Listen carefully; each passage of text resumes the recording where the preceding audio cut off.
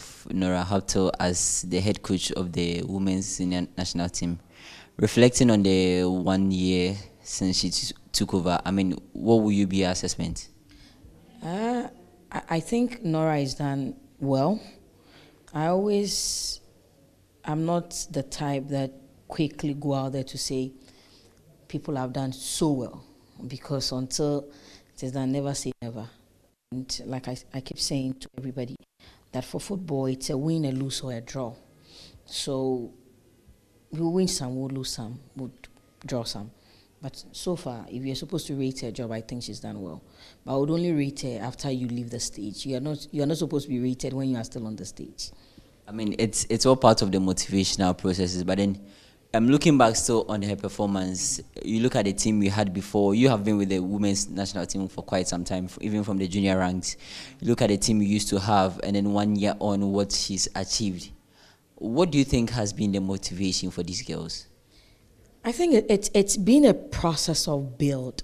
It's not just been a point of only Nora, but it's been right from the onset when Baba Nuhu had to build them from the under 17, when Basigi had to build them, even with Ben Foucault coming in at one point, under 20, and then Mercy Tego had them for a while before Nora picked it up. So it's more of procedural building, a point of consistency, growth for the girls, and I think that a lot of them had become professionals. They have grown. So when you grow, you change perceptions, you change how you think, and that's how I see it more. Yeah. And now in doing so, they've won 10 out of the 11 matches that they've played under Nora Haptel, scoring quite a number of goals, 34 if I remember, and then they've considered just two. I mean, in the process of doing that, they have qualified for the WAFCON, a stage we've not been for quite some time since we hosted in 2018. For you, sitting back, what does qualifying to the tournament means? Because it means you are going to be in Morocco, obviously. But then, for you as a fan of this team, what does it mean? Naturally, for Ghana, qualifying to WAFCON or AFCON is like a given. So when we qualify, it's not really what a lot of people look at. And for the Black Queens, to put on record that we're even the first to go for World Cup before the Black Stars. So Queens have done a lot, but then after some time we were having challenges. So growing up again out of it, I think is better for fans of women's sports and people that care about how women's sports was run in the country. And for all our Premier League clubs and also for our Division 1 clubs, it gives hope. That is what I think we have achieved now. So for fans, we are excited to go to Morocco. We are preparing to go to Morocco and making sure that Ghana at least pick up the trophy or do something better when we go to Morocco. So since you brought in history, I'll also take you back between 1991 and then 2006. We were almost like semi-finalists, quarter-finalists of the competition. We finished as runners-up on quite a number of occasions. But then in the last few years, in the last 6 editions, we failed to even qualify twice and then advance from the group. I mean, going back onto the stage, do you think there's pressure among this group? There is no pressure. Like I said, we keep it a step at a time. If you check how Nora picks up her matches, she doesn't pick in a rush. She picks her matches a step at a time, which I think that's what any good gaffer or any good leader should do. And then you make sure that you prepare your girls, know which girls you're going to use to face whichever opponent you have. So she understands our girl, she understands Ghana, she understands Africa, she understands the DNA of the Ghana football for the women, and that's what we are going to take into the. We are not going to go into the league with any rush, thinking that we have to do well by all means. No, it's a game of chance. It's football. So with football, you just have to put passion. People have to see the zeal and enthusiasm from the enthusiasts, and then we are going to do better. And I think that any time we had gone to play, the same excitement that had led the Black Queens to do better is the same excitement that we're going to use to do. All right. So I'll also take you, because back to our recent performance on when it comes to the Black Stars, their poor performance in Ivory Coast raised questions about the motivation for for Black Queens, because it's almost as if we've given too much care to the men's side while the women's side have been neglected at some point. I mean, not completely neglected, but then yesterday we heard from you at a press conference making a case for them. I mean, what do they stand to gain? Because I know they've played their qualifiers, they've qualified for the WAFCON. What was at stake for them? What were they promised? And then when are they getting it? You know, just as you said, GFA is an association, and this association sells brands. And we have products that we sell. Our foremost product is Black Stars across the world, not just in Ghana. The male teams had been the one that dominates the love and affection from the countries. So I find it quite worrying when we try to make it look like vis-a-vis the women's team, and then we should see it as something that connects and all that. But I think the challenge really is, are the women getting the due that they deserve?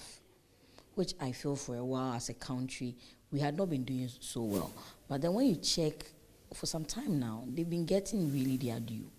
The difference is that, yes, we are owing Black Queens, we are owing we are owing Princess, and we spoken to them, myself, the president of GFA, Mr. Ketukwiku, and then the minister and the ministry had spoken.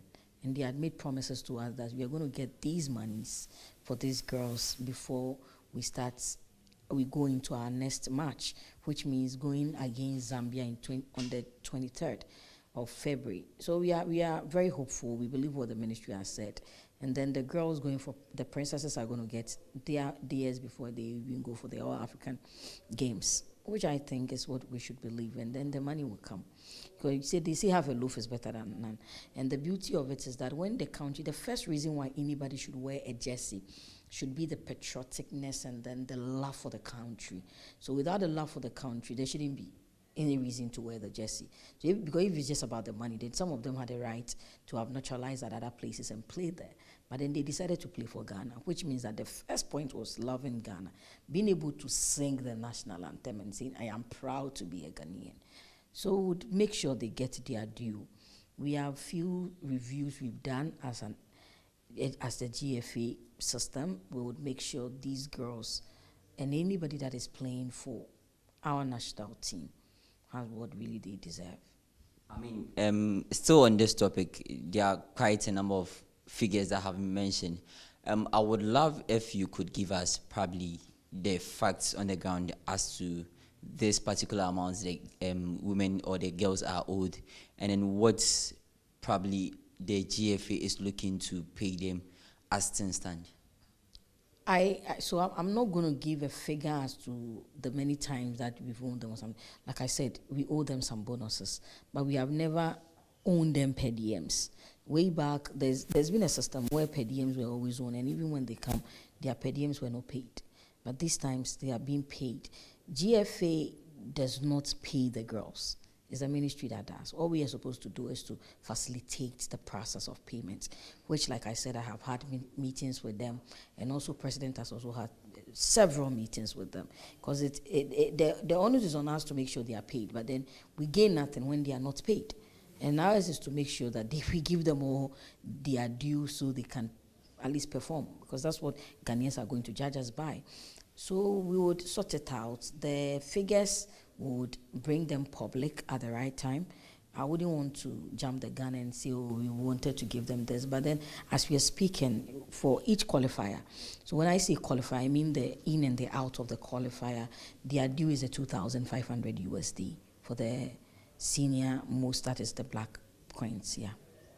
So, which means the Black Queens are currently owed, because they played 2 games in the WAFCON. So for the WAFCON qualifiers, does that mean they are owed 5,000? I'm still not making a comment on how much they are owed. I've just told you that for a qualifier, they are owed a 2,500. But as to the many times we have not, that is between it's more of a client, a client confidentiality. We built that confidentiality with them. Ours is supposed to protect them, whilst they also protect the nation. That's what we are doing, yeah. All right. So after qualifying for the WAFCON, I saw the joy. I was at the airport when I saw their return. You could tell the Ghanaians love their national team. But was there ever a point where some of these girls approached probably the team management, team handlers, and said, "Look, we have achieved one target. There's also yours to do for us, so that heading into the next round of games, you also get motivated." Motivation is key, and money is part of motivation. So obviously, we meet the girls, we meet their leadership, i.e., their captains. They have 5 captains that we keep meeting, talking to them, and then they speak on our behalf to the team. Most of the time, I've had several meetings with them, being the head of women's football ESCO rep. So I've met them severally. These things keep coming up, yes, because we are human beings. Not necessarily are you owing us, but then what are we also motivated by? Will you be giving us more when we do A, B, C, D? And all the time we've given them the assurances, I think, that makes them comfortable, and that's the assurance we're going to give, and make sure that Ghana is giving back to everybody what the person deserves when you play for Ghana. Away from WAFCON, next on the line is Olympics qualification. Ghana's women's team has never been at the Olympic Games, so it's a bit of a worry. And we've seen what Nora has done in terms of getting us back on the African stage. How confident are you heading into the next round? Our confidence is in the girls and also in what our DNA has been as a country. Like I keep saying, for us as a nation, the plan is to take it a step at a time. We have a match against Zambia. Our wish is to make sure as Zambia is coming down to Kumasi, we make a mark and win convincingly. So when you're going there, whatever that happens, we still know that we're going to qualify, because it's in the interest of the whole nation for us to, for the first time, go for Olympics. And then at least I'll have a feather still in my cap also to say I took them for the first Olympics. So it's something that we are all looking at. All the girls are excited about it. But for us, most of them are even playing international. So they have that exposure, and then everybody will be excited to go to Paris for the Olympics. I mean, if you look at the opponents you're up against in the last year, they have been at the World Cup. Although they didn't qualify from the group stage, so we've seen what they have done on the African continent when they last played in the WAFCON, and then we saw what their performance at the world stage too. I mean, is there a target that has been set for Nora Hapto as far as the Olympics is concerned? That's still between us and Nora. And such things are still very, very confidential, because Nora has some targets to get us into some leagues that tournaments we had not been able to get to, which I think she's achieving. And like I said, it's a step at a time. And then for us to achieve and go up. That's what we believe in. And then again, like you said, football doesn't follow logic. If it does, there was no way Cape Verde should have gone as far as they've done. Starting this AFCON, I don't think Nigeria was one of the favorites. But look at where Nigeria is, even Cote d'Ivoire. So it's not really about the club or the national team. It's about the preparation and how they meet the target set for themselves. And each game is different from the other game. So for us at FA, ours is to provide all they need and make sure that we are doing a lot of things. So as we're speaking, any of the female teams, including the male national teams, have an attached video analyst. Because now football is smart. Football is no more about who can run or who cannot run. It's about who can achieve. So these are things that are going to happen. And I think that with all the preparations Nora is doing and seeing some of the ways she is able to recover, come back to it, understand her people, understand the game she's in and all that. Yeah, Zambia may be a team that everybody thinks is big, but Ghana is done much more better when it comes to our ratings and how we've been able to hit and been able to win games. So yes, we are going to face Zambia come 23rd. We have no fears. We are rather ready and prepared. We are not taking them for granted, because that's what a lot of teams would want to do, and meet them as an A team as they are. But we believe that we have A-list girls that can also face them on any fronts. All right, so between July and August are 2 competitions. That is if the calendar is not tweaked, because the Olympic Games happen between July 26th to 11th August, and the same August is where the WAFCON is expected to be played. I mean, okay, so if that is the case, which means there's little time for preparation for the two tournaments. As management chair of the Black Queens, is there a priority? As in, if we don't qualify for the Olympic Games, it's fine because we are playing at the WAFCON. No. So our priority, like I said, is to give Ghana good football to watch. And we do not prioritize any tournament above the other because all of the tournaments have a different feel. And yes, we would want to, for the first time, go for Olympics. So at this point, as you and I are speaking, our focus is on Olympics to make sure that we are able to have a good win against Zambia. And then we may face either Morocco or Algeria, which we are, like I said, we take it a step at a time. So we're prepared towards. But for now, we have AFCON, which is what we have won and what we are ready to go for. I'm waiting for them to tell us the people we are playing with. So maybe after the draw, we can be able to have another conversation and tell you how our preparations are going to be. But any of our training tours and then our tour towards the WAFCON or Olympics is going to be the same. The zeal, the enthusiasm, the commitment, the appreciation of every game is just the same as the game has been. I mean, earlier this year, we've seen the announcement of the new management committee for the Black Stars. We are taking over right at the time where we are beginning to also enjoy success. I mean, what is the task given to the new management committee? What are your objectives? To make the welfare, first is for the welfare of the girls, and make the girl, any girl that wears the jersey of Ghana feel confident and comfortable and know that the country is behind her and protect her and make her feel proud about what she's doing for Ghana. And then number two is to make sure we win more tournaments, because ours is to go for tournaments and win tournaments.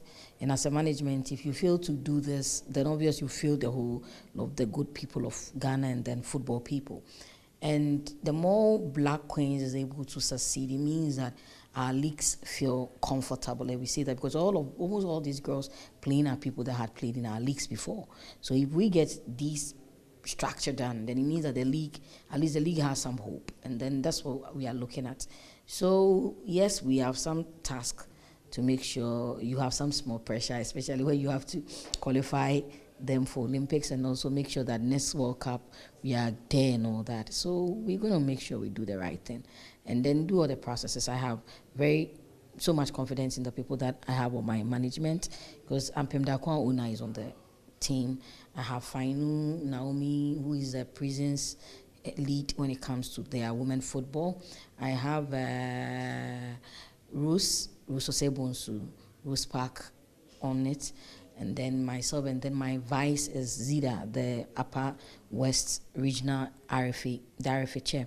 So these are people that are enthusiastic about women football, appreciate what football is. They are football people. So I'm going into a management system with football people that speak football, that spends on football, that appreciates football, that lives football. And I was in Cote d'Ivoire not long ago with the Ampem Dakwan Una, and then we saw what Ampem Dakwan could do. So obviously when you're sitting with such a man to discuss football, he appreciates what it is. And RFs are doing their best when it comes to women football. So these are diverse people from diverse backgrounds with a lot of ideas that I have on my management. And then when you check my technical too, I have one of the most traditionally trained people, because the Da Costas and the rest as assistant coaches too, Nora are people that are up there, they are doing women football. So it's not like a man's football person in there. So these are people that are managing Premier League clubs and appreciates all the processes and the pros and cons. And communication-wise, you can see so much difference when it comes to how we are communicating to Ghanaians. And I think the excitement and the euphoria is built up because we give information more than we used to do when it comes to the national team, especially Black Queens. So yes, we have a lot of tasks. That is a chart to keep. I mean, I love that you chipped in the league factor, because in the last 2 seasons we've seen how the league has grown, even with the introduction of Malta Guinness as headline sponsors. I mean, you have been around the women's football in the, as long as I can think of, from where you picked up, from where Malta Guinness came on board, I mean, could you tell us what the difference has been and the investment that has gone into it? Investments, a lot. Where we picked up, it was zero. But we've been able to raise it every time. And I keep saying that one of the things that made me support the Keto Kriko administration the first time it was coming in, and then the second time was just because as an owner of women football clubs, I saw how much we had to invest, and it becomes more of just some philanthropical thing we're doing until we had to now see the commercial side of it. Why? Because there came a point where communication, marcoms, marketing and everything had changed. So now you could see girls say, I want to be part of the Women's Premier League. You could see Betway say, I am part of Women's Premier League. You could now come and see girls say, I'm giving you fuel. The money moved from 5,000 to 20,000 to 25,000 to 45,000 now. Appearance fee is 60,000 for Southern Zone, 65 for Northern Zone, and then 10,000 fuel that covers us up. Now the girls don't go into the league not branded, even on when they are training, and their are being provided by Betway and then by Malta Guinness. So you could see that today we do not just say Women Premier League, but we say Malta Guinness Women Premier League. And other corporate entities are glad to support us and glad to come on board. We are on TV, and a lot of the matches that we play, almost every week, we are on TV. If we are not on TV, general TV through Max TV, we are also on all the social media handles of GFA, which means that a lot had done from 2020 till date. Nobody can say that women football had not grown, and nobody can say that investment had not gone in. I'm proud to say I'm one of the people that had lived my investment and had seen it grow. And I can talk for all the other 19 owners and how we are all appreciative of what the system has been. It's a natural thing that we will leave our twist, we'll ask for more. But then we are not saying they've not done well. You know, for the first time, our girls are going to be in Puma boots that are original boots, not a boot they had to go get from the Bend-Down boutique.